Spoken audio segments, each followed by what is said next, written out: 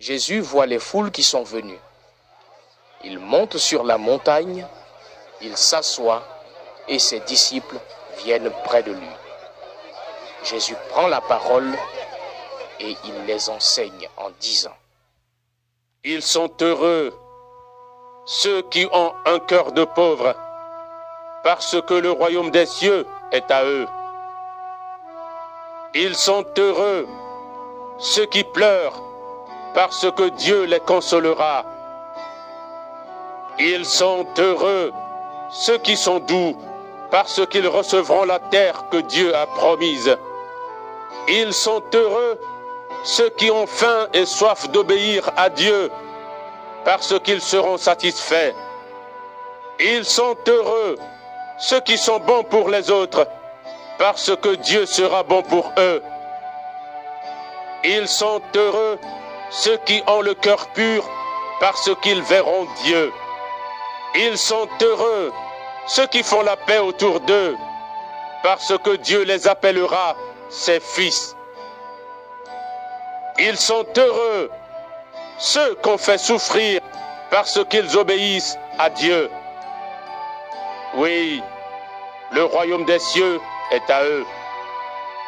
Vous êtes heureux quand on vous insulte, quand on vous fait souffrir, quand on dit contre vous toutes sortes de mauvaises paroles et de mensonges à cause de moi. Soyez dans la joie, soyez heureux, parce que Dieu vous prépare une grande récompense. En effet, c'est ainsi qu'on a fait souffrir les prophètes qui ont vécu avant vous. Vous êtes le sel de toute la terre. Mais quand le sel perd son goût, comment lui rendre son bon goût? Il ne sert plus à rien. On le jette dehors et les gens marchent dessus. Vous êtes la lumière du monde. Quand une ville est construite sur une montagne, elle ne peut pas être cachée. Et quand on allume une lampe, ce n'est pas pour la mettre sous un seau. Au contraire, on la met bien en haut et elle brille pour tous ceux qui sont dans la maison. De la même façon, votre lumière doit briller devant tout le monde. Alors, les autres verront le bien que vous faites. Ils pourront chanter la gloire de votre Père qui est dans les cieux. Ne pensez pas que je suis venu pour supprimer la loi de Moïse ou l'enseignement des prophètes. Je ne suis pas venu pour les supprimer, mais pour leur donner tout leur sens. Je vous le dis, c'est la vérité. Tant que le ciel et la terre dureront, on ne supprimera rien de la loi. On ne supprimera ni la plus petite lettre, ni le plus petit détail, et cela jusqu'à la fin du monde. Supposons ceci. Quelqu'un désobéit à un seul commandement, le plus petit de la loi, et il apprend aux autres à désobéir aussi.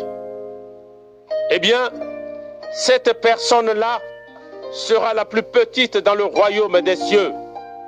Mais si quelqu'un obéit à la loi et apprend aux autres à obéir aussi, cette personne-là sera importante dans le royaume des cieux. Oui, je vous le dis, obéissez à la loi mieux que les maîtres de la loi et que les pharisiens. Sinon, vous n'entrerez pas dans le royaume des cieux. Vous avez appris qu'on a dit à vos ancêtres: tu ne dois tuer personne. Celui qui tue quelqu'un, on l'amènera devant le juge. Mais moi je vous dis, si quelqu'un se met en colère contre son frère ou sa sœur, on l'amènera devant le juge. Si quelqu'un dit à son frère ou à sa sœur: imbécile, on l'amènera devant le tribunal. Si quelqu'un insulte son frère ou sa sœur, cette personne mérite la terrible punition de Dieu.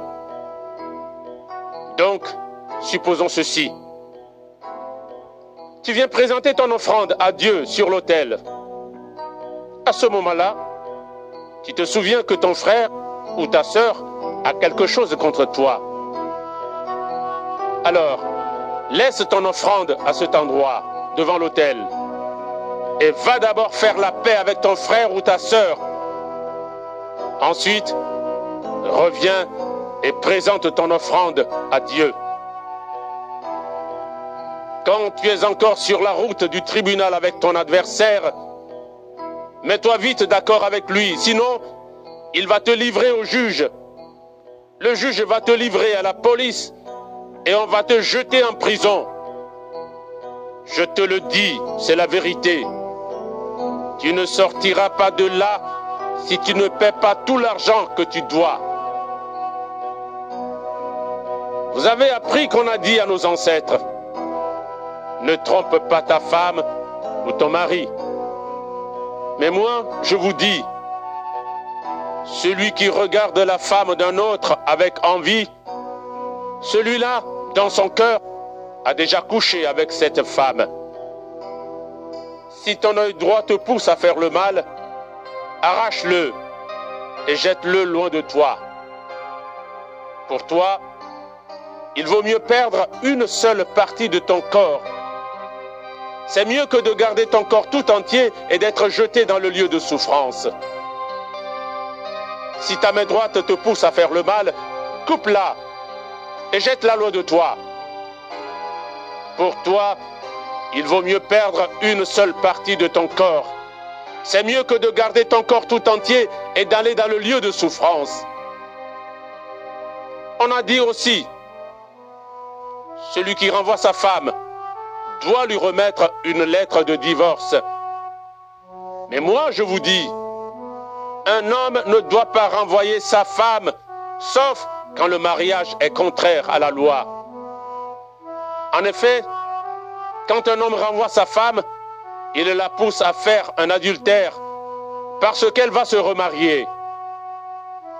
Et quand un homme se marie avec une femme renvoyée, il fait un adultère.